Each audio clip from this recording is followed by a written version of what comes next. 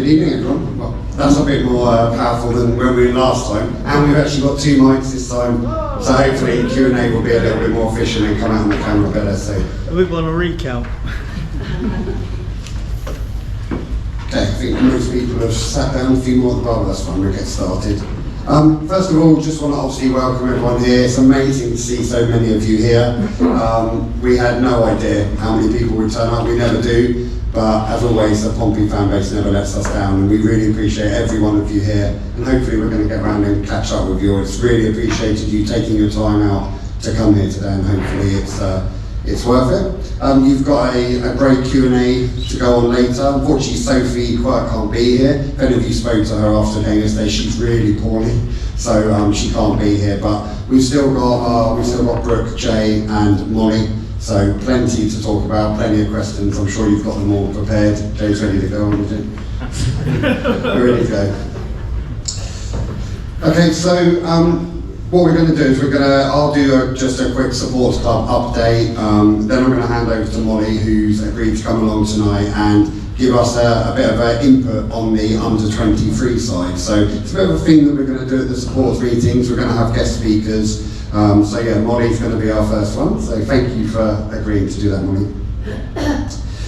It's great to see so many familiar faces here. Like some of you, we've been going to the women's games for about 7 years now, and there's some really familiar faces. Some of you who stood on the terraces at hundreds of women's games together, and it's great to see you all, and some new faces as well. Some of you I don't recognise from matches. I'm sure you're there, but we don't see everybody. But yeah, please come and introduce yourselves later on. So a bit of a supports club update then. Since the launch, we've been completely blown away by quite how much the supports club has grown in the time it has. We had a rough idea of what we wanted, and we've exceeded that tenfold easily. The amount of backing and support we get from members is absolutely incredible. People come up to us every game saying nice things, giving their ideas, which we're more than happy to hear your ideas and suggestions. Currently we have about 160 members, which is absolutely incredible. We never imagined we'd have that many members when we formed in the summer. The backing you've given us and the faith you give us has enabled us to achieve some pretty special things in our first sort of 6 months. First of all, we've been able to have the trophies made for the players to commemorate their appearance milestones. The latest one we presented yesterday to Daisy McLachlan. She hit her 50 appearances. She's done a couple of stints at the club, so yeah, she hit 50 yesterday, and the look on her face, she wasn't expecting it at all. So when we pulled her aside when she was walking off the pitch, the look on her face was just of sheer delight. It was really nice, and it really makes us feel like that's the right thing to do, and as a supporters group, we want to be able to do that. We were also featured in the Football Supporters Association website before Christmas. They were really impressed with the progress we've made in our first 6 months of founding, and they approached us to do an article on us so it could be an inspiration to other supporters groups on what you can achieve, even in the early days when you don't really know what you're doing and you're trying to find your feet. They've commented several times that the things we've achieved in the Pompey Women Supporters Club, it normally takes supporters groups anywhere between 2 to 5 years to do what we've done in the first 6 months. We obviously had no idea to that. We had no levels or litmus tests or to-do lists. But to have that from the FSA was a real boost to us to know that we're going in the right direction, and we've got a solid foundation to build on over the next few years. One of our biggest achievements that every single person in this room can share is our sponsorship arrangement that we've established with Pompey in the community. You might have seen that on our website. So basically what we've done is we've sponsored them, and we've purchased several pop-up substitute benches for the girls' youth teams.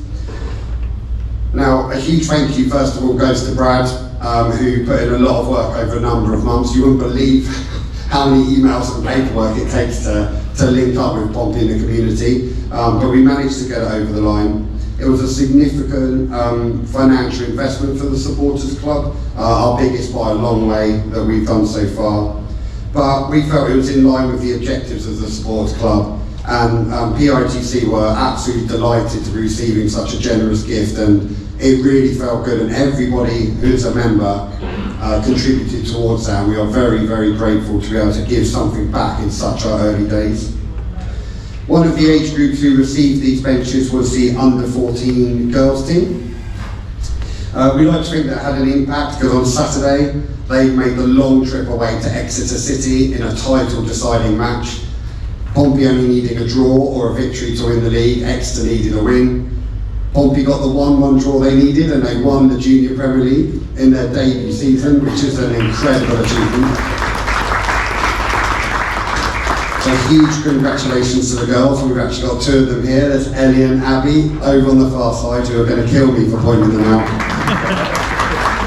But congratulations girls, it was a hard-fought season with some very good teams at that level. Big jump up, they were in the Hampshire Girls League, big jump up to the JPL, and to win in the debut season is a massive achievement. So to see them sitting on the substitute benches that we provided gives us a big sense of pride, and we want to share that with all of you, and thank you all for contributing to that, because it really does mean a lot to PWSC.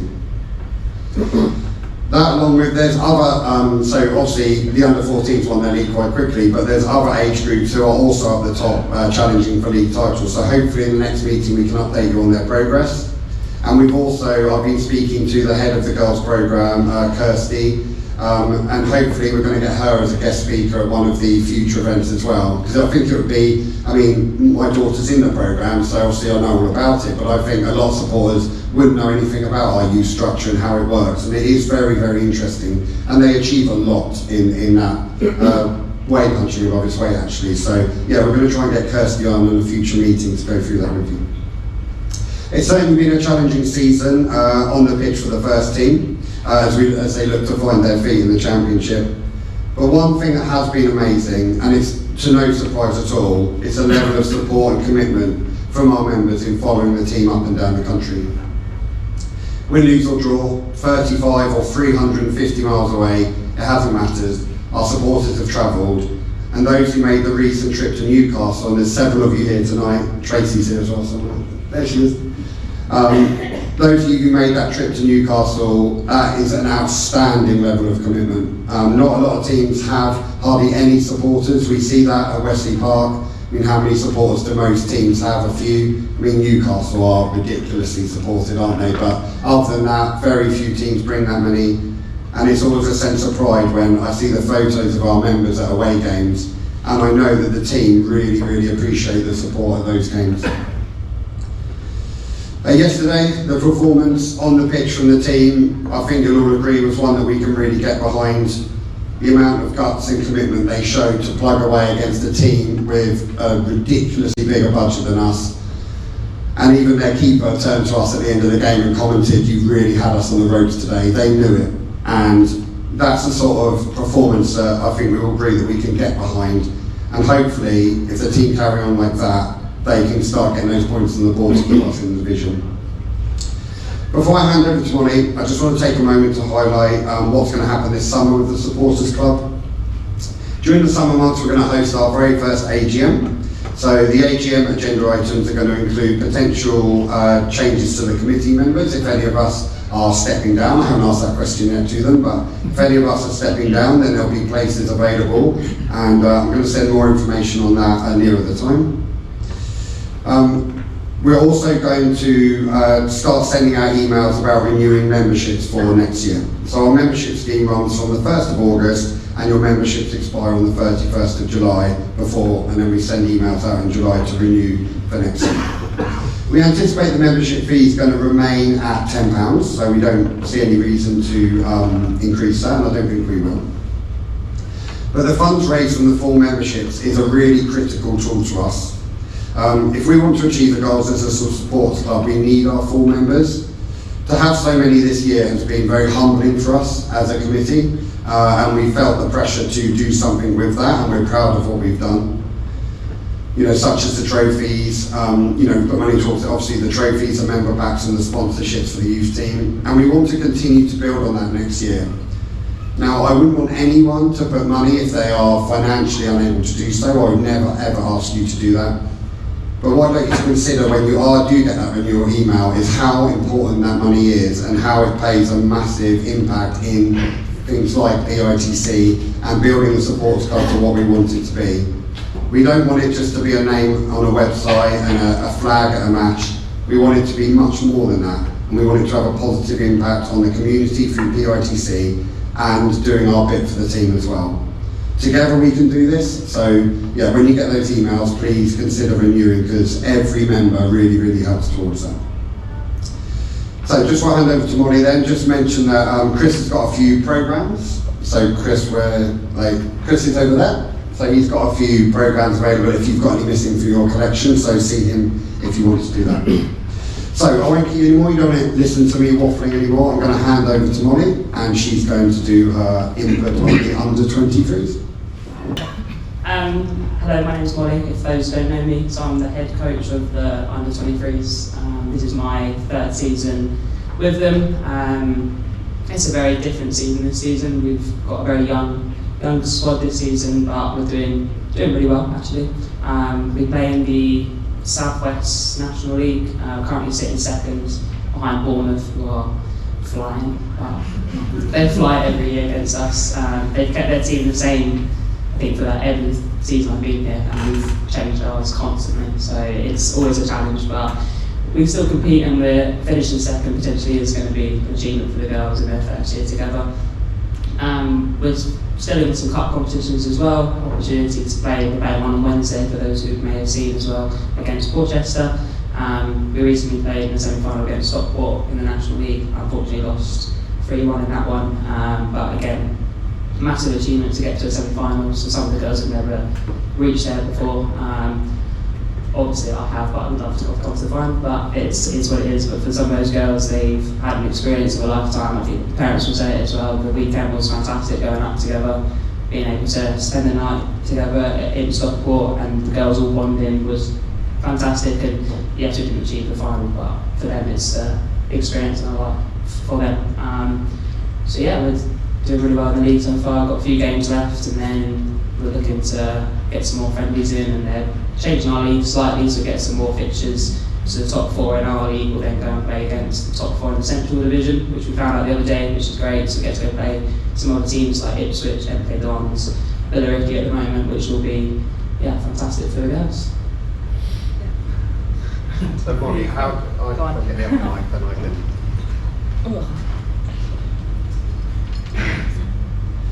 So Molly, we'll have a bit of to and fro on the mics. That's fine. So we've had a few, as I said to you before, we've had a few people ask questions to us over the years about the under-23s that I can't answer. So perhaps I can prompt you with some of the questions we get commonly asked. So first of all, how do you recruit your players? Where do you get them from? So we've done trials every year for them. Same again this year. We did a massive trial at the end of June, I think it was, where we invited a load of girls down for an evening session to put them all together and just see them play. We changed the squad massively this season. I think we've only kept 5 from last season, so we went a lot younger this year, to see how the girls would progress, and we just did it that way. And is that working? What's the average turnover? So do you lose most of your squad every year, or do you retain half, or what's the sort of turnover? So this year I said I only kept 5 from last year, so we turned over quite a lot. That was mainly because a lot of the older ones wanted to go play senior football, so we pushed them on to the next level. Obviously we wish it was the first team, but it's not always possible. So a lot of them have gone to Moneyfields or Portchester to push on for more. So previous years we've kept more, because they were more older, and it was like this year when we got younger, so yeah, we lost quite a few this year. So how does it work for girls such as Abby and Eddie, who are working their way through the PWSC youth team, if they have aspirations to join your team? At the moment there's a bit of a gap, isn't there, between the end of the PWSC youth teams, which I think end at under 16, and you're an under 23 side. So how does that work? Do you ever get any girls from the youth teams join, and is there a plan to sort of bridge that gap in the future? So we've had a few in the past come from the PLTC across, and there's a few girls in my squad now who are still at college in the PLTC. There is like a small link, it's not massive, but I think we are going to hopefully work with Kirsty to be able to bridge that a lot more, because it'd be nice for them to finish under 16s and then be able to come up somehow, but yeah, it's just not there at the moment, but hopefully in time it will be. And what are some of the challenges you have with the youth girls? Because we're noticing our girls are sort of the 13, 14 age, and some of them are definitely starting to drift in the interest a little bit. It's all pretty cool when you're younger, running around, but now there's other distractions and they start to fade off. And I'm guessing when you get some of your younger players, perhaps when they were younger they had dreams of playing full professional at big clubs. That's not probably going to happen for them, but they can still play at a good level. So is that a challenge you have with trying to keep the girls interested, or are all the girls in your squad like genuinely like desperate to still play football? Yeah, I would say they're all very desperate to play football. I think you've probably heard Arsene over there massively. Some of the parents over there, but they all want to be here. They all want to play football. They want to push on and achieve a dream of being a full-time professional footballer. And if they can, they will keep going. We haven't had any issues where they've stopped interested at all with what they wanted to keep pushing and pushing on. Definitely. And how do you cope though if you, and this has happened quite a few times where you've had players who've done very well in your team, and then Jay comes sniffing and poaches them for his matches. How do you cope with that? Because I'd imagine like you have perhaps a couple of star players and then suddenly they're off helping Jay in competition. So how does that work as a dynamic within the team? Because that's quite unique, isn't it? I think it's a bit of a mixture. It's difficult sometimes because you're like, oh, actually I kind of would prefer them to play with us, but actually it's an amazing opportunity to get the chance to go up to a first team. You can only take Leah, for example, this season with the goalkeeper situation. How amazing it's been for her to go up and experience the first team. Yes, she might not have played or anything, but she's experienced that, and she brought that experience down to the girls, and they've all fed off of that and learned stuff off her. So yes, it is difficult because you have to adapt and change things, but ultimately it's a great experience, and ultimately that's what I want the girls to go and achieve. They need to get into first team, whether it's here or somewhere else. So ultimately for the under-23 team, what's the mission statement for you? What is it? Just pure development? Is it getting players into the Pompey Women first team? Because some of our players leave, they go to the likes of Moneyfields and Portsmouth. So what is that the aim of the programme, to feed other local clubs, or is it purely our first team? So I always said when I first came in, I'd love to get players into Jay's first team squad, and the first 2 seasons I've done that, and again this season 1 has gone up. So ultimately, yeah, that's the aim. But to see them all progress to other first teams, I think I got, it sounds really bad, but a little bit sad, but I've got a notes page on my phone with how many players have moved on. There's about 20 players that have gone on to senior football from my setup. And for me, that's my job, is to develop these players to go be ready to go play senior football. And it's amazing to see. Yes, there are rival clubs in a way, but it's still an amazing achievement for them. So the women's game has grown considerably over the last few years, and we can see that in visual terms. We've obviously with Pompey, we were going to the Championship. We're a bit more of a bigger deal now than we were in the National League. How has the growth of women's football affected development football and reserve team football? Has it seen similar growth, or are you still struggling with things like getting pitches? Because we came to see you on a school 3G in Borden or Harback. It's fine, it's a fine facility, isn't it? But nowhere for supporters. I mean, we were sort of stuck in at the edge trying to not getting away at the line though. But do you still have those sort of challenges, or has it moved on a lot in recent years? So I'd say it's moved on a bit. We were just talking about a minute ago. I've now got obviously our home ground in the John Jenkins being hours for the 23s, so we know exactly where we're training, exactly where we're playing. So it's a lot nicer than travelling to here, there and everywhere like I did last season. I think it has grown, but there has been, you can see it. There was a thing on Twitter the other day where you can see the amount of reserve teams that have dropped out from every single league. You can take our league, for example. We've only got 6 teams in ours now. We started off at 9 last season, 10 I think it was pitching, we're now down to 6. I think it is heading in the right direction, but there's still a lot of work I think to be done for the reserve section, because it's not just our league that's decreased, but it's a lot of the leagues have just not got enough teams in there. So last question then. So we did have a question submitted in advance by a member who couldn't be here tonight, and I think this question probably will need to be asked back to Jay because they're on a different angle. But from your point of view, if people don't know in this room that the FA are talking about introducing B teams into tiers 4 and below, which nobody wants that to happen, but they don't care, they're doing it anyway. Is that going to affect, do you believe, in your professional status, is that going to affect development teams, because bigger teams are going to hold on to players because they need dev teams? So, we're thinking about the likes of Emily Pittman. Would they release her, or do they just keep her in the devs for the first? Is that going to be an issue, do you think, for the future of development football? I think it could be, yeah. I don't think anybody wants what's going to happen. But like you said, I don't think the FA care one bit at all. So yeah, I do think it might affect massively on us. I don't know how it will look for us at all. But I like to hope that teams won't hold on to their players and they will give them the chance to play. But yeah, I don't think that's going to happen too often. In your professional opinion as a coach, you've got a young player. Do they stay at Chelsea B, knowing that they're never going to play first team football? Do they stay at Chelsea B in Tier 4, or do they play dev football, or do they go to like some money fields and play Tier 4? What would be your advice to a player? I would go play. I've said this I take it from when I used to play as well. I didn't enjoy sitting on the bench all the time, but you enjoy the experiences at these big clubs. So I used to play for Chelsea, so being a big club was amazing, but I got to a point where I was just not playing. And you're never going to learn, develop and push on if you don't play football. So I would recommend definitely going to play football somewhere, 100%. Okay, well Molly, thank you so much for joining us tonight. So give Molly a round of applause.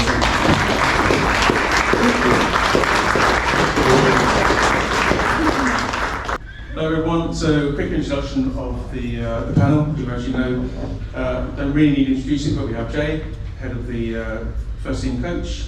We have Brooke Chaplen, head of women's football, and Molly Small, under 23 head coach. Now I do have some prepared questions that we received from email, which I'll ask first, then we'll open it up to the floor. So the first question is to Brooke. The Women's Professional League Limited has been floating the idea of a closed league.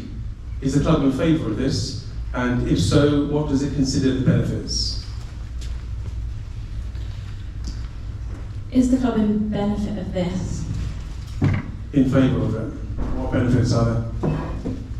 We haven't actually discussed with ownership the closed league because it hasn't been spoken at any length officially at any meetings we've been at. Obviously we discuss competition structure regularly and how we can grow the game, and different ideas are always thrown about. Do we mirror what they're doing in America, whereby you make different types of jeopardy and you remove relegation, but you have playoffs? Lots of different ideas are thrown around. That has been mentioned, but not officially put forward to us as stakeholders within the league.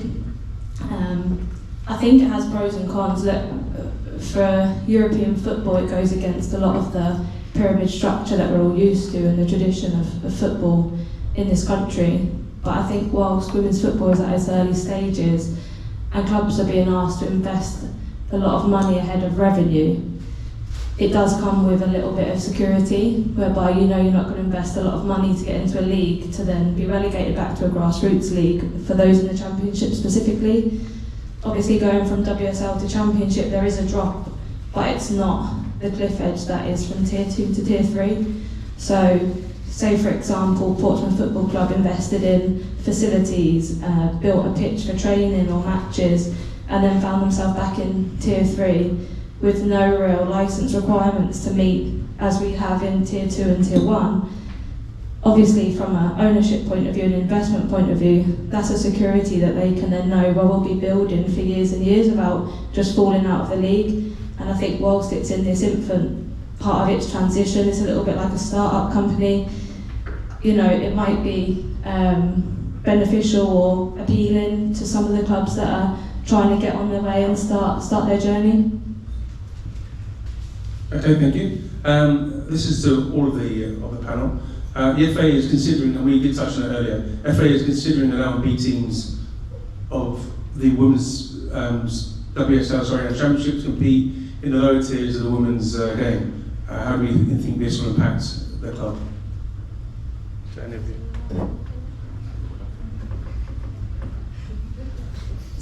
So my initial thoughts on this, again, I think all clubs throughout Tier 1 and 2 will have a really different opinion. For the top clubs whose reserves team, under 21 PGA teams can't find competitive fixtures, it obviously is really appealing to them. From our point of view, that would mean our reserve team play 36 fixtures a season, I think it is, in Tier 4 and 5, because the amount of teams in the league in comparison to our first team that have 22. So it just seems a little bit uneven from a structure point of view. Really, we want to be pushing the level of games, the amount of games higher up the pyramid, so that we can develop a league that's consistent, where we're at home regularly. We can build a fan base which has momentum through the year, because for the teams outside of the top four of the WSL, I think everyone feels a little bit like it's stop-start. Sometimes we're not at home for like 6, 7, 8 weeks, depending on when an international break and your home fixture's full. So for me, there needs to be a bigger focus on how do we increase the amount of games higher up than for the development teams lower down.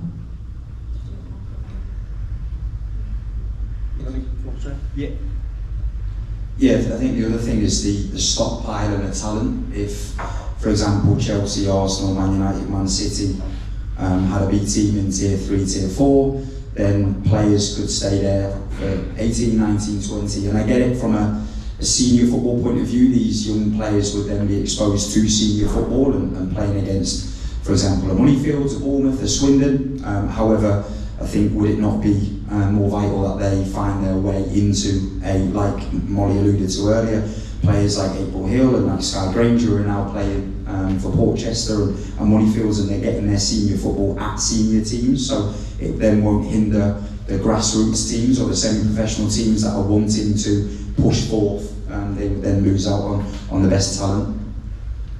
Okay, thank you. Jay, while you've got the microphone, do any of our loan players have recall clauses, or are they here for the rest of the season? No, they don't, no. So one of the goalkeepers does, but everyone else is here for the rest of the season. That's good news. Brooke, what is the club doing to advertise the women's matches? Specifically, I think just we're raising awareness amongst the general sports group. so this year we've obviously had our first set of staff who are solely dedicated to the women's marketing and sales of the women's tickets. There's been a few different avenues that we've tried to follow. I think the biggest one for us has been really connecting in with PITC. They have incredible links to schools, local schools, and also to grassroots teams around the city. And it takes time to build those relationships, but we're really trying to get players and the club into places that we've probably not been able to do so much in the past, where we haven't had the resource. We also now have a content exec that is, again, solely working on the women's platforms.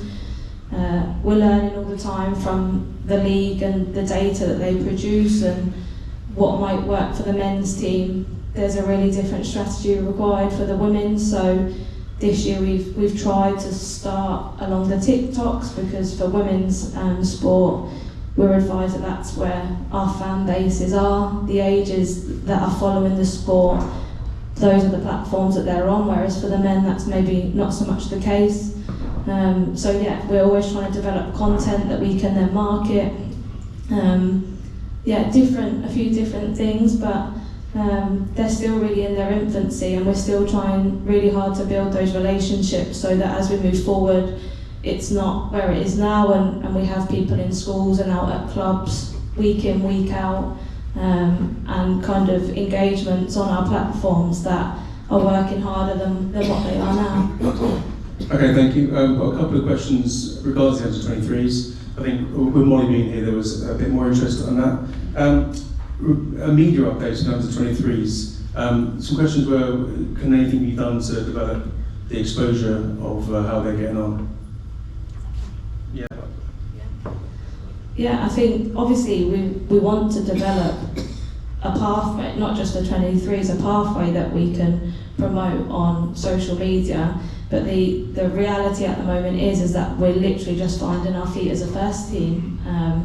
We would love to have the resource to create content for under 23s team, 16s, 14s, 12s, so that we can keep everyone updated on everything that's happening at the club. But the reality is, with one person coming in to a team in Tier 2, there's a lot of work there just for the first team that at the moment we're still not really where we want to be, and we're still working really hard to get to where we need to be to try and make the first team sustainable first and foremost. From ticket sales, season ticket sales, sponsorship, like all those platforms have to work well for us to generate revenue to support the first team, which ultimately then paves the way for the rest of the pathway. So it's obviously a future aim of ours, but right now we're still very early on in trying to get the first team stuff right. Okay, thank you. Next year, obviously, we don't know what division we'll be in yet. Hopefully, still be in the championship. However, if we do go down, will that have any impact on the under-23s? We haven't actually looked at this specifically. I've started arranging meetings for the next couple of months to review what the pathway looks like next year, if we stay in Tier 2 or if we go down to Tier 3. It's going to be a really late call because obviously it all depends on what happens come the end of April. We will map out a few options, and then when we get to the end of the season and we know like what the likelihood is of us, we'll review what those options are. But at this stage, everything's just so open-ended, and we might have to have a PGA which comes with a whole bespoke programme. We might not, so we'll be trying to kind of plan and as we get closer, trying to make a bit of a more definite decision towards the end of the season. Okay, thank you. This one is for Jay. As a coaching team, when do you start planning for next season? Or are you always planning for different scenarios from the start of the season? I think you're always planning for different scenarios. We have a head of recruitment, Grace, who is now the window's shut. She'll be looking at different options for both leagues. We've set her with a task, and we've got to be realistic with the position we're in. For us as a coaching team, I think from on pitch, our focus is the next game. Our focus is the next cycle of games that we have coming up. I personally haven't thought that far ahead yet, given obviously, like I said, Grace has got the task, and I know there's going to be ongoing discussions from now to the end of the season when we're getting closer. But all of our energy, all of our effort, all of our time right now is going into Sunderland in the FA Cup this weekend, as it was for London City, and then it will go into Chaplen next weekend. And we are literally, I know it's that old cliche of one game at a time, but genuinely in that office it is one game at a time. The next game, where can we get points from? Because that's obviously what we're requiring right now. Thank you. That's the pre-prepared questions. Now open up to the floor. If you please put your hand up, and Ian will come to you as soon as you can. Got a question at the back? I do like a snacky job. A little bit faster, please, Ian. Sorry, I hate microphones. So last season we had a lot of children coming in from local squads to support the team, and obviously this season, I mean, yesterday there was one child. Is there any likelihood that we're going to get more children coming to support the team like we did last season? When we say last season, are we talking like flag wavers and mascots? Okay, so this year the decision was made to commercialise those packages and to make them a part of the revenue stream. So it's obviously completely down to whether those packages are purchased on a game-by-game basis. We engage in schools with everything that we do.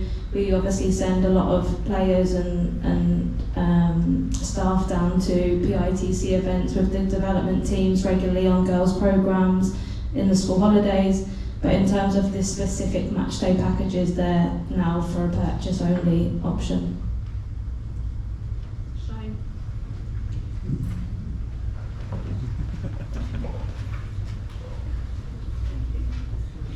Following on from that, isn't it a false income stream? Because when we had perhaps 11 of a squad coming along to be the mascots and 10 coming to be flag wavers, each child brought one or two parents with them. And not only that, they enjoyed the game, they enjoyed the atmosphere, and they would come back at future dates and start supporting Pompey ladies. So I feel we've sort of perhaps missed that opportunity by charging children to come and do it. Yeah, so we've had those discussions at senior management level. It's not like we don't recognise those things. I think what we're trying to do is create a product with value. And what comes with that is, and what we're really encouraged by the league to do, is to make sure that we're not devaluing a product by giving too much away. So I'm not saying it was the right decision, and we'll always review and learn from stuff year on year, but that's kind of the direction from a marketing and sales point of view that was taken. Look, we'll look back at the end of the year and see whether those decisions were the right ones or not, and review again for next year. We obviously want girls to be involved, different grassroots teams, schools, development centres, all of them. So yeah, it's definitely not something that we won't reflect on, and whether it was the right or wrong decision or not, we'll look back and review that. Next question.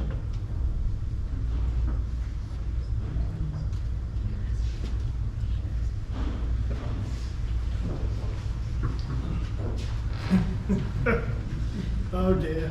Oh dear. Might regret this. Oh dear. So there's a question for Jay. Did Max consider interviewing you after yesterday's game? Or was he concerned about the number of expletives he'd have to withdraw, so just went straight to Kim? Two things. I think now in a professional game, you can't actually do a post-match interview after a red card, which is something I found out. And also for my own benefit, I think it was best for the club as well that Kim took it, given the events of the game yesterday.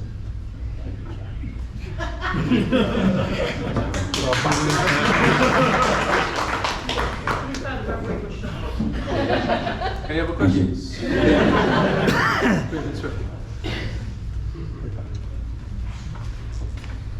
Yeah, I don't need that. So we can hear them. This one's for Jay.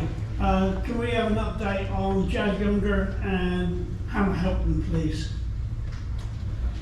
Yeah, so both all of our injured players I can do an update with. So obviously Grace McEwen, start with her. She's gone back to Brighton to undergo treatment on an injury sustained at Blackburn. And then the current injured players that we have, Hannah Cohen underwent a keyhole knee surgery, so we're hoping she'll be back in within the next 4 to 6 weeks. Hannah Horton is progressing really well with her shoulder. She's in a kind of a progressive stage of her rehabilitation, and that will hopefully be towards the end of the season.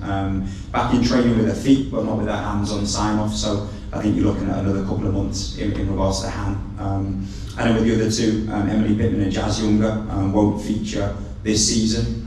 Jazz is, and them to be fair, in similar kind of stages of their rehabilitation, and more so off pitch, with the hope that they'll be on pitch in probably 6 to 8 weeks. That's the hope, but with injuries, things can obviously progress, things can take toll and can move back. But they're in great care from the football club this season, with the kind of professional medical care they've got. So yeah, seeing her around on game day is obviously brilliant. The only other one I'd say is Ella Humphrey is now back full training for this week. So we're hoping that she'll be hopefully back within the next 2 to 3 weeks on pitch, ready to play games. Yeah, great.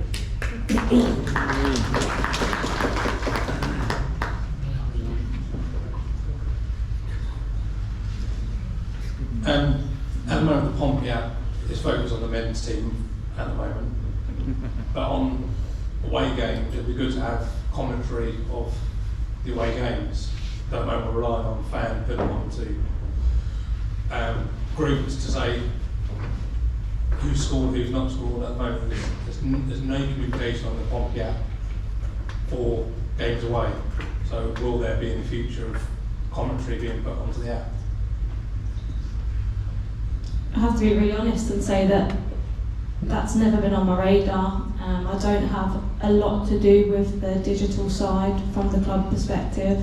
It's certainly feedback that we can take back to the club. I believe all of our match updates go on Twitter and Instagram, so whether that changes to the app, I honestly have never been involved in those conversations, but if you feed back things that you feel and that you would prefer to have, then we can obviously take that back to the club with with feedback from you guys, that's no issue at all. I think in a number of ways it is sometimes disappointing to go onto the club's app and not see information about the women's team. So there isn't even a score update, let alone commentary sometimes. So just to get the score from an away game is sometimes difficult. Yes, there are other media applications, and on Facebook, both the women's team and the supporters group through it do a fantastic job of making that information available. It's just disappointing not to see that from, if you like, the official club, because it suggests that, and it's probably not true, but it suggests that the official club doesn't care as much as the team itself and as the supporters do. So it's a little bit difficult to tie the two together sometimes.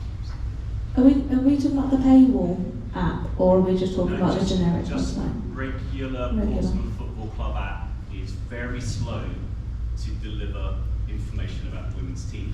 That's just my opinion, but obviously echoes the question that's been asked. It seems very slow. I think for the men's team, you get a match centre, don't you? So you log in and immediately it's thrown in your face, match centre, buy audio pass and stuff like that. Yeah. But for the women, there's nothing. I think that's what they're referring to. There's nothing. You have to go on Twitter or just follow one of the people who are there on social, so that's what they're saying. But so from my understanding, we do a match review. So we have like a social media calendar every week, game day +1, this should go on, and we have a infrastructure that we try and stick to game. So I personally don't log onto the website every Monday to check that it's gone on, but as per what is expected of our marketing and media team, my understanding was that after every game there should be a match report on there. Correct me if that's wrong. yeah, that does go up. That does go up. I'll take the stats off of it. They're actually quicker than they were last year. They do get the match reports up quickly, but I think it's that live match centre. I mean, that's even hard to get. I think we've all found this. So yesterday I was trying to look like on one of the BBC websites for the stats of the games. So I thought, I feel like we're really on top here. I'd love to know possession and shots so I can rant about it on Twitter. But you go on there and there's nothing anywhere. It's a bit of a problem, isn't it, that people in this room, we want that stuff, but obviously it's not available at the moment.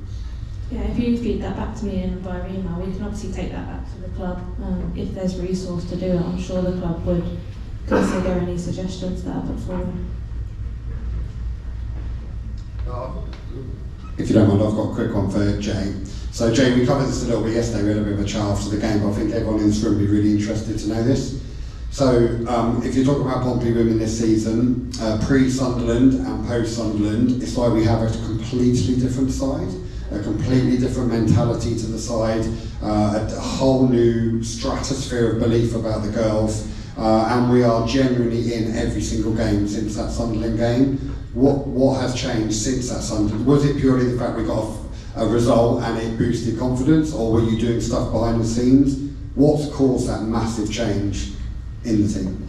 I think there's a mixture of a lot of things. I think the point in itself was obviously the catalyst, and it gave the group of players, it gave the group of staff a belief that we could compete with a team like Sunderland, who are a well-established team at championship level, and it gave them that belief. And I think the shame then was the fact we had the Christmas break. I also think that Christmas break helped, having time off. The players and the staff had a 9-day period, of which we were obviously doing things away, but that mental break, I think, is kind of underestimated.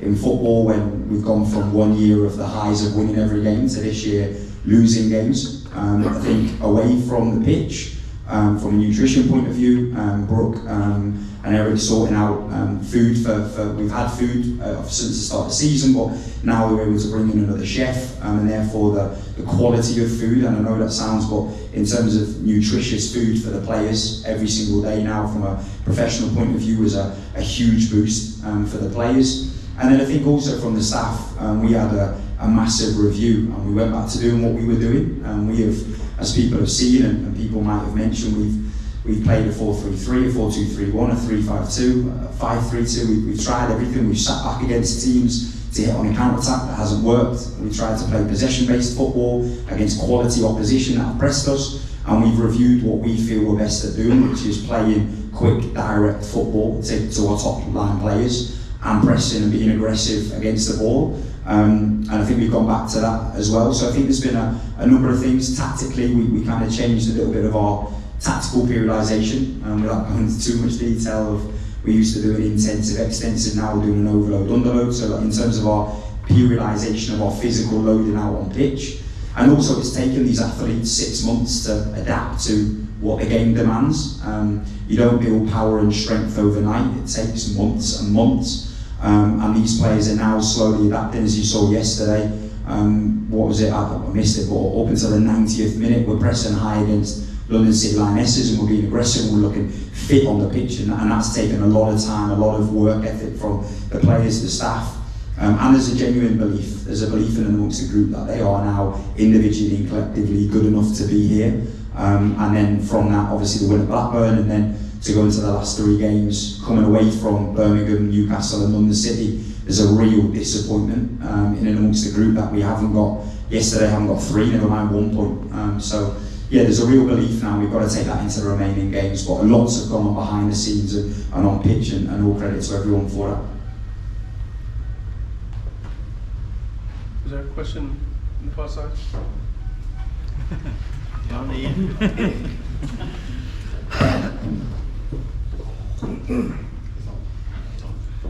Yeah, quick question about coaches to away games, and again, please do not think for a moment this is a complaint to anybody in this room, because it's not.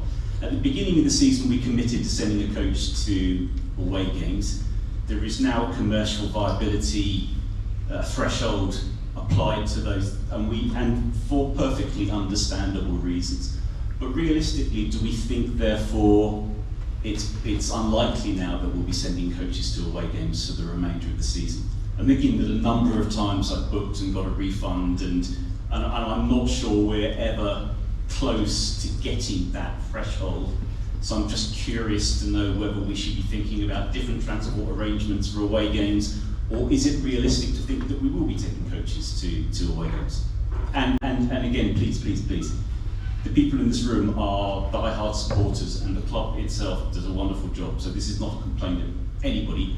It's a genuine question about the best way to get to away games. It's not the area that I work specifically on. My understanding is that we review it on a away game. I'll take it if you want. It's up to you if you want to answer. Yeah, I mean, I made the commitment at the beginning of the season to try and run a coach to every game. I got a banding from Luckett's where we could run coaches as long as we had 19 people. They would run a mini bus, and then we could do a 35-seater coach, or we could do a 50-seater coach. Unfortunately, the numbers were single figures, not double figures even, so we couldn't get up to that sort of threshold, anywhere near that threshold. And obviously we couldn't run it at losses. So we had to make a decision to withdraw it. And that was disappointing. I'm very disappointed by that. If we could get the sort of numbers up we need, then obviously I would really look at it, of course I would. But certainly on the ones that we tried, I think that, I can't remember what Charlton had, we did one to Charlton, didn't we? But the next 2 or 3, we didn't even hit double figures on. Sorry. No, I understand, and again, no criticism, and it's just one of those things, but it just helps us plan, because we want to go to the away games if we possibly can, we want to be there. Yeah, so I can expand on it a little bit, because I'm the one who goes back and forth with Susie and Jack, who does media, so I can expand on it a little bit. So the club are really good, and I'm genuinely saying that, I'm not just saying it because the officials are here. They generally really want to do the coaches, but of course it's a business, as you said, and you put the question very respectfully, and out of all the issues I've communicated with the club, that is by probably 10 times the amount of emails over any other subject I talk about the club with is away travel. So what we've agreed, like Brooke said, is that we take on a match-by-match basis. They email us, and we've just talked about literally the Southampton game, which I'll tell you in a minute. They give us different bus sizes and then different minimum bookings, but of course the smaller the bus, the more it costs. So we always have this really difficult decision about which bus size do we say we want compared to the costings. We've tried to make that the right decision, but still, like, it's not as if we're getting 80% to the target. I mean, some of the games we've had 0 bookings, and I think some of that is you don't have the faith that it's going to go ahead, so you don't book. Like, that's understandable. And some of it is just like you're not willing to pay that amount of money. So the like Newcastle game was ludicrously expensive. No one's going to pay that. The Southampton game is the bus we've got. We need 40 bookings at £15 per person. So again, 40 is quite a lot, but the security of being safely taken there and back is quite a good one. I mean, I'm even considering booking the 4 of us on it, purely for the fact I don't want to walk around Southampton in Borstal shirts back to the car with children, so we might even go on the coach as well. So hopefully, maybe we can get 40 to there. And it's also... live yet? Sorry? No, there's an issue with the website, yeah. So we have reported that should be live in the next couple of days. So it's because they wanted us to commit to which bus we wanted. So yeah, apologies, I got peaked a bit too soon with the old the link sending out. But yeah, we're working on that sort of thing, and away allocations as well. We had a lot of you feedback about the Southampton game last year. The conduct of some of their supporters was disgusting last year. As soon as we sat down, they swarmed over to us and started abusing. The Minty Army took their fair share of abuse. They gave it back, so they were fine. But you know, Susie and I had our children with us, and to see this group of middle-aged men literally get off their seats at the far side, walk all the way down to abuse us, is just, I just don't need that in an away game, and the stewards were not interested at all. So, are they actually not going to sell the end of the aisles to Southampton fans like they did last year? Yeah, so this we don't know. I don't So, know if it's like last year. So a complaint went into Southampton, and one of their big bosses replied to Abby Richardson, who's our vice chair, not here tonight, but he replied with an apology, apologising, saying they should have done better. It appears that they've given us our own away section now. What that will look like, we don't know. Are they going to have actually netting or a way of dividing it? I hope so, but I don't know. Otherwise it's pointless, isn't it? So yeah, that's what we're doing. We'll carry on working with the coaches. I don't know if we're going to get enough. I'll say we're not even close at the moment to getting coaches, but we will carry on. I say Jack, who is the dedicated media person, he's really, really good. He's really communicative, comes back to my emails really quickly, so we'll carry on working with the club and do the best we can to try to make it accessible. Thank you. Okay, Chris? I don't know if this is the right question to ask at this forum, but I've been asked to ask this question. But there's a lack of lights, lack of hot water, lack of cleanliness in the toilets at Wesley Park. for everybody, really. Is there anything that can be done to take that back to, but haven't?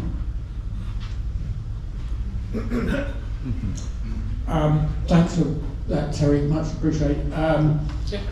It is an important part. We are trying to lift standards, and I would definitely take that back to Admiral Waterville and tell them that was brought up at this meeting tonight, and ask them to try and improve on what they do. I try and encourage them to do that in the nicest way, because obviously you have to work with Happant on a match day. But I will take that back and I will push it. I just wanted to say, I was going to ask the panel actually to try and explain jump from last season to this season, from amateur to professional, semi-amateur, semi-professional to professional. I'd love Brooke and Jay to try and explain in men's terms what the difference is. I mean, personally, I think the difference is trying to jump a League One men's club into the Premier League. That's what it's been like. The intense work that everybody's having to do just to comply with the standards that are required in the Barclays championship is astronomical. And I take my hat off to the guys here and all our players who are working tirelessly to make that happen. And I'm sure that we've got 7 league games left, and well, I say we've got 7 league games left. Of course, we've got 4 in the FA Cup as well. We've got to remember. You've got to be joking. And I know the girls are going to give everything, and the backroom staff are giving everything, working their socks off to make that happen.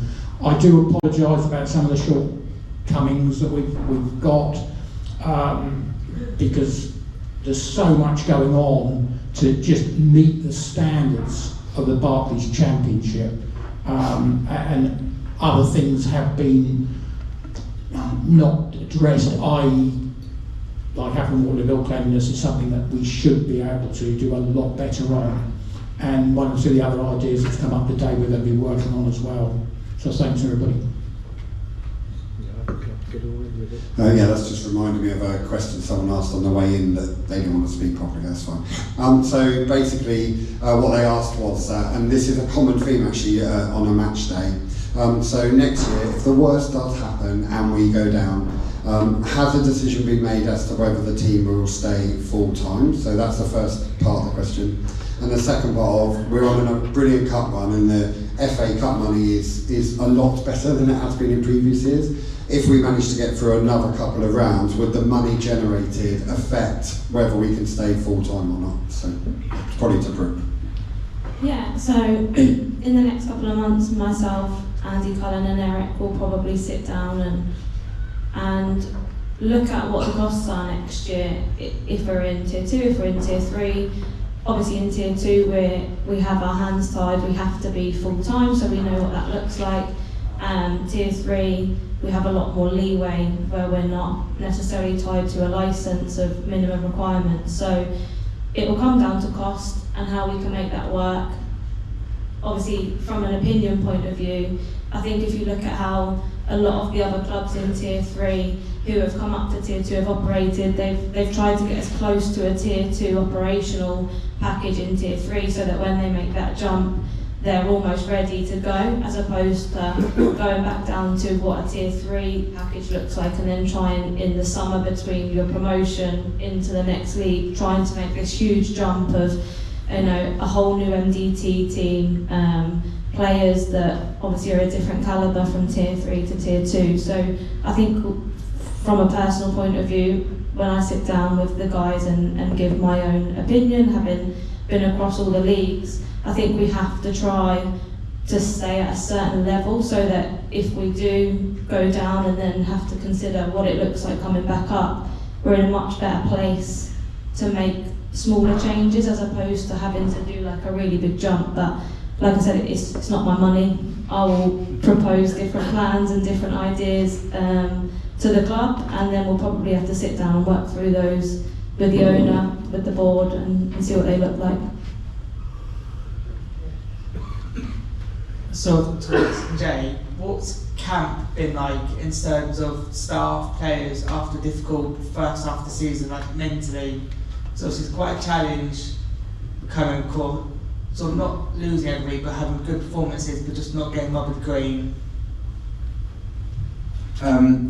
Off the back of yesterday, extremely positive, but extremely frustrated at the same time. I think Kim delivered a huddle on pitch, and it was the opinion of every player and staff member that there was a belief. I think if you give it context, the striker who scored past us cost 6 figures. The midfielder won the World Cup for Japan in 2011. Like, the quality we're coming up against now, and you talk, Eric speaks about the jump, is astronomical, probably bigger than any of us expected, including myself. I've watched a lot of the games over the off-season, and obviously you can never really pick what it's going to look like, what it's going to feel like from the sideline, but I think we've grown into the, and we're feeling that growth now. Like you said, we're getting closer and closer game on game, but now the kind of frustration piece there is that we're not picking up the points. So we see Sheffield United picking up another point. Blackburn have picked up 3 against Southampton a few months back, and that's what we've got to do, because then it stops all this talk about what's going to happen next season. We're going to be full-time, we're going to be part-time, what division we're going to be in. But I'd say that the group's really focused. I think that the players we were able to bring in January, and I highlight that, the fact we were able to bring in players, I think further cements where the owners' faith lies and what they want from this season, which is us to stay up. Those players, Jazz Ball, Liv Bramley, Emma Thompson, they have pedigree and experience at this level, and in Jazz Ball's case, higher, so they brought in experience for us on pitch, which I think has enabled us kind of like found this newfound optimism and newfound focus. So in amongst the staff and the players, everyone's working as hard as they possibly can. But the biggest thing we have as a group is belief. We have a spirit. Hopefully everyone saw that on pitch yesterday, and I firmly believe if we continue to play like that, we will pick up points. We just need to ensure that we get enough to stay in the league. 1 sec, Stephen, just got one only. Then I'll come to you. Quick question for Molly. Do you find you have certain parameters you have to develop your team to, or do you have sort of freedom to develop your players however you want, whatever style you want? I think this season we've started off very similar, I think, the first team, and then because they chopped and changed, we kind of went our own way with certain players that we've got and fitted in to how we've got. Yeah, so we've got a lot of players who probably don't fit the same system as the first team players, so we've definitely gone for more our own route with it, and it seems to be working. We're still obviously learning because a lot of them are 16, 17-year-olds, so they're having to learn different roles and responsibilities throughout, whether that's in a 4-3-3 or a back three as well, which we've tried a couple of times, but it's good for their development as well, being able to do different ones at the same time.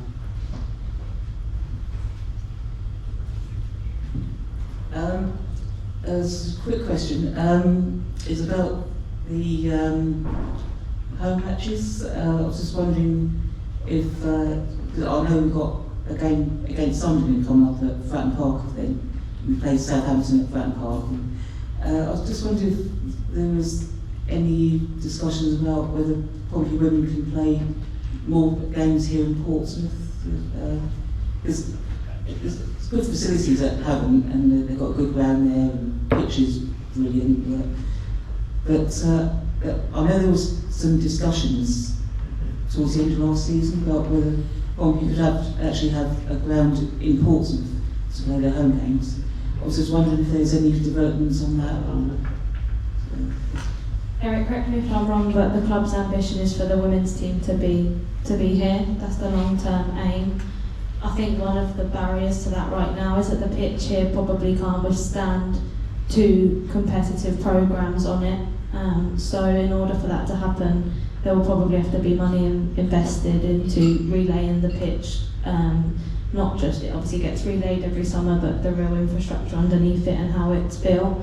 So that is definitely something that we as a club want and is something for the future. I think there just needs to be a few changes here to be able to accommodate that.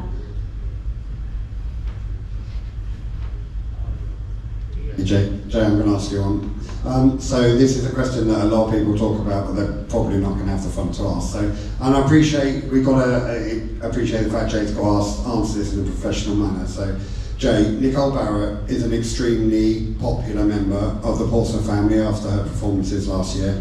She's found her place under jeopardy this year. She hasn't had a lot of game time and she's gone on loan to Oxford. And I know you won't be able to go into a lot of detail, we would expect you to, but could you just give us a rough idea of why she hasn't featured this year, and does she have a future at the club? Yeah, no, listen, Nicole Barrett's a quality human being, real good player for us. I know she was one of the fans' favourite last season. She played with flair, creativity, great ball carrier, great cross of the ball, scored some memorable goals. Ipswich away, I think the free kick against Billericay, which rivaled the Minster goal of the season. And she was a specific profile of player, kind of like a winger that played as a fullback, to then enable our winger to come inside the pitch at time Beth Lumsden, and we used her as that. This league now demands more. This league we've not been able to get our fullbacks as high up the pitch, so instead of having a fullback that can get 10 crosses in a game, can beat or can win 1v1 duels, we now need fullbacks that are a different profile to Nick Barrett, more defensively minded. I think you only have to look at Jazz Ball's introduction into the team. She's got a 78% 1v1 win capacity, and aerial duels and defensive duels have been sky high. So unfortunately, when it comes to football, and I know Will's just asked the question there around player profiling, specific players, whether it comes from a physical capacity, which I know we had to look through all the objective data over the off-season of which players were going to transition into and be given an opportunity, and Nicole Barrett rightfully deserved an opportunity to compete at this level. And then we've had to look at the profiling, and Nick Barrett's a 27-year-old player, someone we found from Maidenhead United in Tier 4 around 3 years ago. And now she wants to be playing football, and we had an honest conversation of how it would look from now to the end of the season. She's found a loan move to Oxford United, where I believe she'll get game time. I know she came on against Cheltenham yesterday in a 2-1 win, so we're keeping an eye on her. We're constantly communicating with her, and we'll see when it comes to the end of the season, depending on how good she has to the end of the season with Oxford and where we lie. But Nicole Barrett will always be a fan's favourite. She'll always be. She went down in history winning the league with us, so there's a lot of affirmation there from everyone. But obviously right now we've got to look at a certain profile, and if a player doesn't want to be at the club, they need to get game time. We won't stand in their way, and that was the same with Nicole Barrett. We respect that. And Oxford are a part-time setup, we're a full-time. Will she carry on training with us to make that up, or is she purely gone to Oxford full-time for the rest of the season? Yeah, no, she's purely gone to Oxford now for the rest of the season. Her circumstances are slightly different. For those of you who don't know, Nick runs a fantastic company with young kids, and they go around to different academies from Fulham to Chelsea, and she's got her own kind of setup on the side, so that will now take precedent and allow her to focus on that, as well as training with Oxford. I believe they train 2 if not 3 nights a week, so she's gone back into that and having to balance her work to life, but also now being a professional football club in terms of the legalities of it. Once we loan the player up, she's there, but we'll have constant updates from her. No Grace, and we'll be going to watch an Oxford game from now to the end of the season, or a couple, just to keep an eye on her as well and to check she's doing well.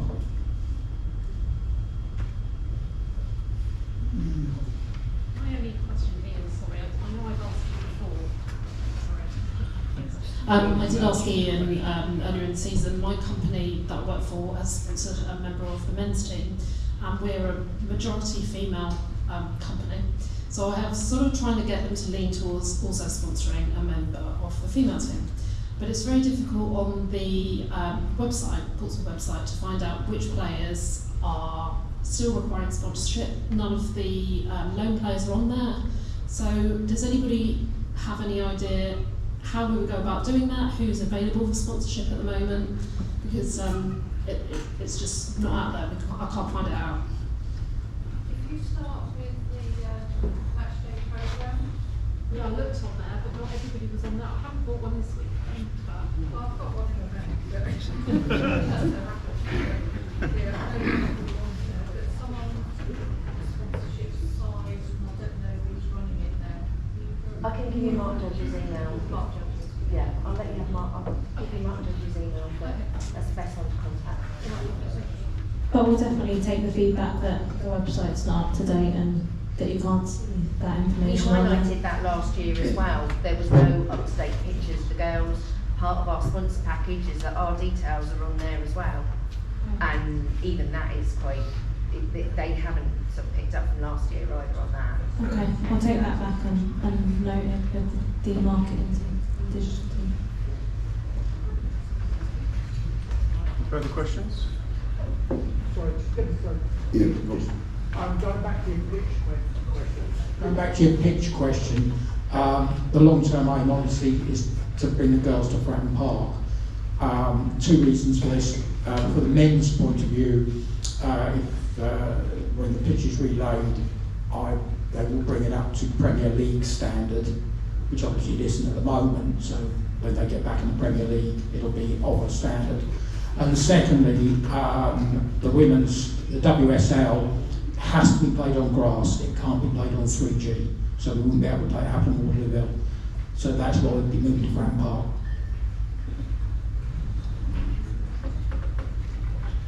On my way. Keeps you fit. Doing that deliberately, keep you fit, yeah. 1 into the other, fine. I need the exercise.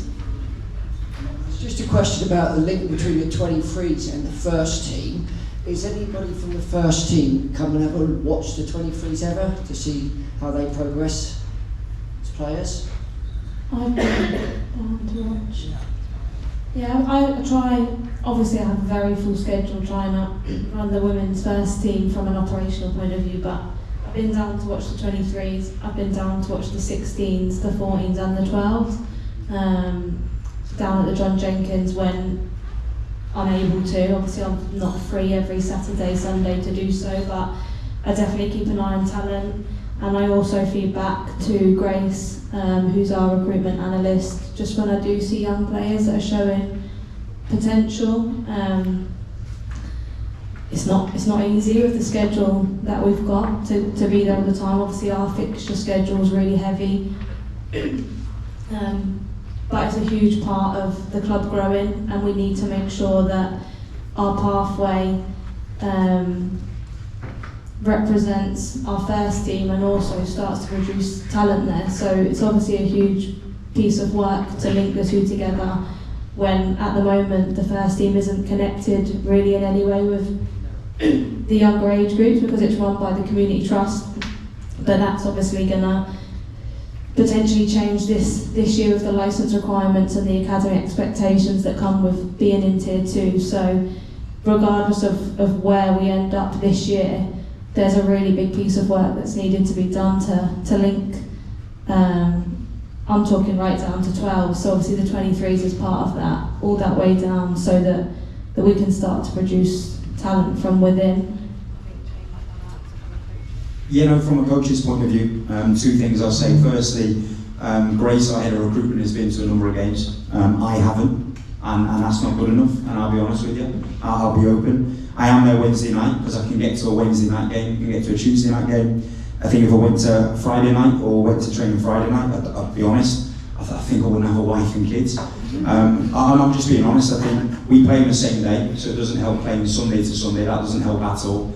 And I'm in constant communication with Molly and obviously wishing her well and getting links there. Would I like the links to be better and stronger? 100%, of course I wouldn't. I've got to take accountability for that, being the head coach of the first team, that I need to be down there more often as much as I can. And like I said, because there's now a game against Portchester on Wednesday, and I'm plugging that, I will be going down to have a watch because I think it'll be great to see. All of my focus from the first 6 months, I won't lie, has been solely on that first team. I think we have players, and she was going to be here tonight, Sophie Quirk, that absolutely tore Tier 3 apart, and for the first 6 months struggled at Tier 2 and has adapted that way. So my egg's been on the first team of trying to develop the players that we had winning the league last year, and now I think, will there be opportunities from now till the end of the season? Potentially. I've never closed that door, but for that to happen I need to open at my end, and hopefully I can start to do that from Wednesday, and I'll continue to be in constant communication with Molly, and that is definitely something that's a priority of mine. I just feel like, as a parent of the under 23s, the under 23s have been forgotten about. As players, we were told things were going to happen and put in place, and that's why most of us signed, and then it just got totally wiped out before. No coaches, we weren't allowed to go up to the 23rd, we weren't allowed to train the first team. We got told that there would be that development pathway, and then we got told no, it's not going to happen. And I feel some of the girls felt a bit, decisions, we had to make a decision, and then we made that decision by what you told us.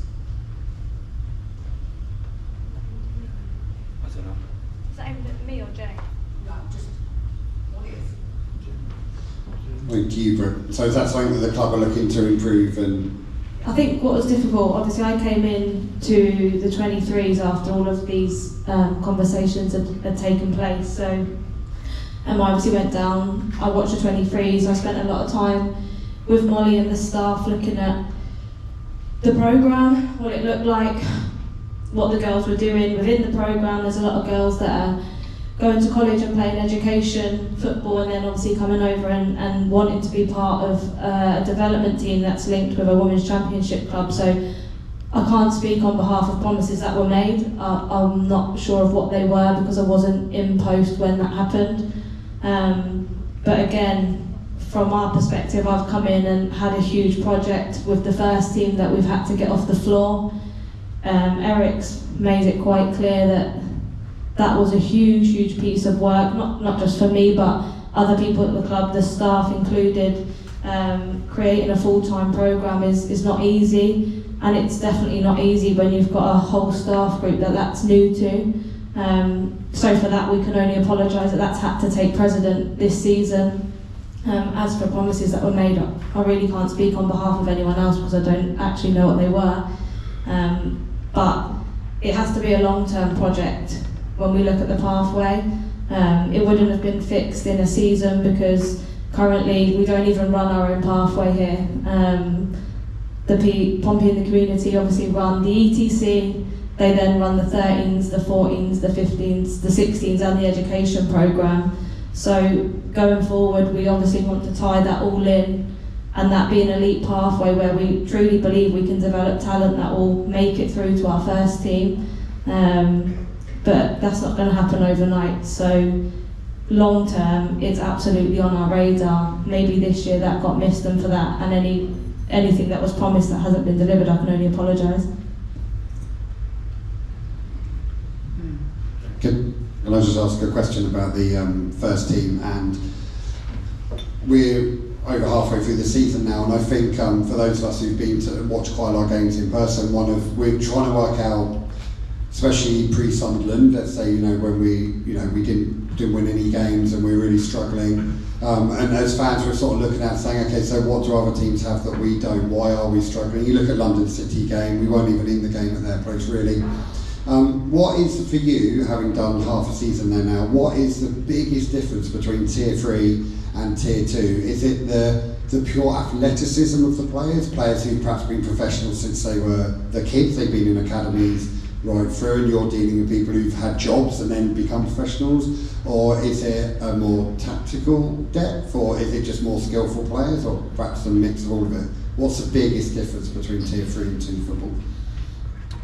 I think the biggest thing is the athleticism, if I'm being honest. I think when last season we were training 6 hours a week, so we do 2 hours on a Tuesday night, 2 hours on a Wednesday night, 2 hours on a Friday, and one of those hours was in the gym, down at the men's training ground in the porter cabins. And then this year we're now training 6 hours a day, 4 times a week, with more exposure to the physical aspect of preparation, specific gym programs, on pitch, in terms of how we want certain physical outputs on pitch. And it's going to take, from a training adaptation, it takes time for players to build muscle, to build strength, to build power. Some of the players you're going to have to see, like Jazz Bull, for example, who's been in that environment at Bristol City and has played or featured in games at the Super League.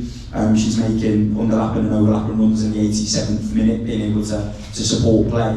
And I think that highlights the growth of some of the players that were here last season with part-time jobs, which again is a huge difference, being able to focus solely on football and not have a day job or a nighttime job and then come to training and have to balance the two. So I think the athleticism was the eye-opener. I think that first game of the season against Chaplen, when we were 3-0 down after 15 minutes, even I was on the sideline like, wow, there's a huge difference here. And it's not going to take, as Brooks alluded to, off the pitch, on the pitch. It's never going to be an overnight job. It's just a case of how do we find a way and find our feet to be able to compete with these teams. But also I'd say the other difference is the goalposts are constantly moving now in the levels. You only have to look at the money that Newcastle have spent in the summer, or in January, sorry, and the players at London City Lionesses, and not brought the ones that they left behind, Aslani, Mayong, and some quality players. This is the level we're at now with quality players, and rightfully so. So it's just taken a lot of time to adapt to that speed of the game, speed of the thought, speed of decision making. Okay, does anyone have any final questions before we wrap up the Q&A? Got time for another one? No? Okay, I think we'll wrap up the Q&A there. So we've got the facility here till 5:30, so you've got time to do some networking, and obviously you can come and speak to the panel if you want to have a chat with them for a little bit before we wrap it up. But from our point of view, just thank you so much for coming along. It means so much to see you all here. Like I said before, we weren't really sure how many people would come tonight. We've been absolutely blown away by how many tables, well, pretty much every table is full, isn't it? So that's really heartwarming for us, and thank you so much for taking your time to come along, and thank you to the panel for sitting and answering all the questions. So if we just give them a quick round of applause.